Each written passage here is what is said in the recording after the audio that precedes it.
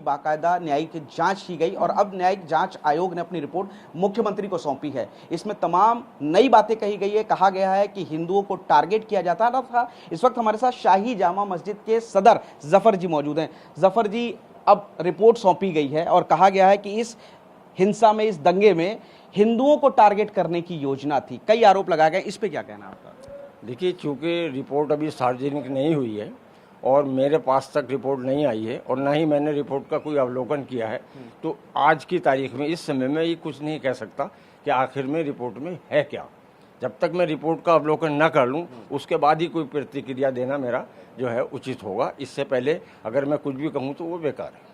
सांसद बर्क पर भी आरोप लगाए गए हैं इस रिपोर्ट में कि उन्होंने भीड़ को, नमाजियों को उकसाने का काम किया था। उन्होंने कहा था कि देश के मालिक हम हैं। देखिए, इसके बारे में भी मैं कुछ नहीं कह सकता।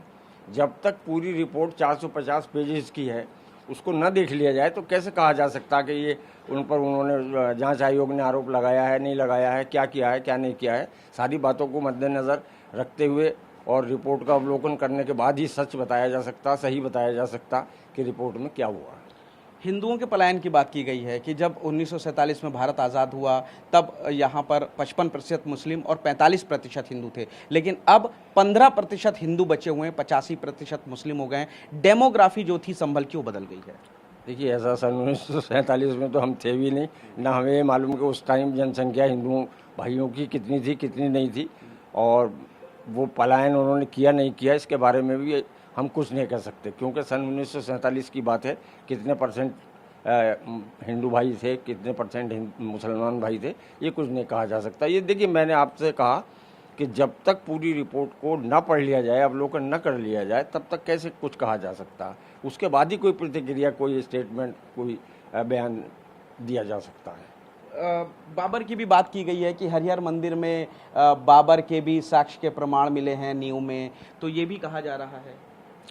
फिर मैं आपको यही निवेदन करूंगा कि पहले मैं रिपोर्ट का अवलोकन कर लूं और उसमें क्या क्या कहा गया है, क्या क्या नहीं कहा गया है, उन सब के बारे में मैं बाद में प्रतिक्रिया दूंगा। अभी तो कुछ भी नहीं है, अभी तो रिपोर्ट का खुलासा भी नहीं है, सार्वजनिक नहीं है, सब अफवाह है कि वो ऐसे कह रहे हैं, वो उसमें रिपोर्ट में ऐसे कहा गया है।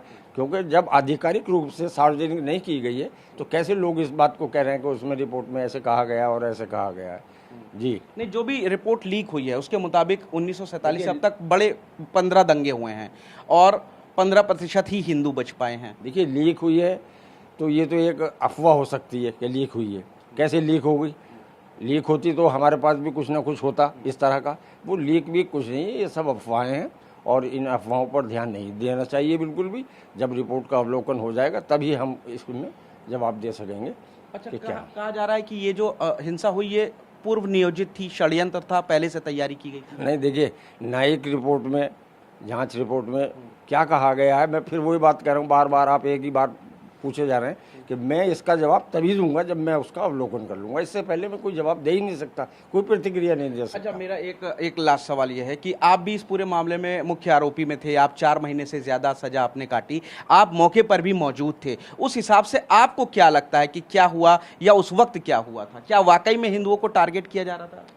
देखिए, फिर वो मेरे पास आपकी किसी भी बात का अभी तक फिलहाल जवाब नहीं है, क्योंकि जब तक मैं रिपोर्ट का अवलोकन न कर लूं, वो जो उन्होंने रिपोर्ट पेश की है उसके बाद ही मैं बता सकता हूं कि क्या करना है। अच्छा, आप अपनी बेगुनाही के लिए क्या कहेंगे? आपको मुख्य आरोपी बनाया गया, आप 4 महीने जेल में रहे। वो तो उसके लिए हम बेल पर हैं और हमने चार्जशीट को चैलेंज किया, हाई कोर्ट में पेंडिंग। अच्छा, जिस तरीके से हिंसा भड़की, आपको लगता है कि ये प्लानिंग के तहत हुआ था? पुलिस मौजूद ना होती तो टारगेट किया जाता? इस तरह का आरोप अगर जांच में लगाया गया है तो मैं उसकी प्रतिक्रिया बाद में दूंगा ना। पहले तो मैं उसका अवलोकन कर लूं, उसके बाद ही बता सकता हूं कि क्या था क्या नहीं था। धन्यवाद। जफर अली जी हैं, जामा मस्जिद के सदर हैं और इनको भी मुख्य आरोपी बनाया गया था। फिलहाल इनका कहना है कि वो पूरे रिपोर्ट का अवलोकन करेंगे।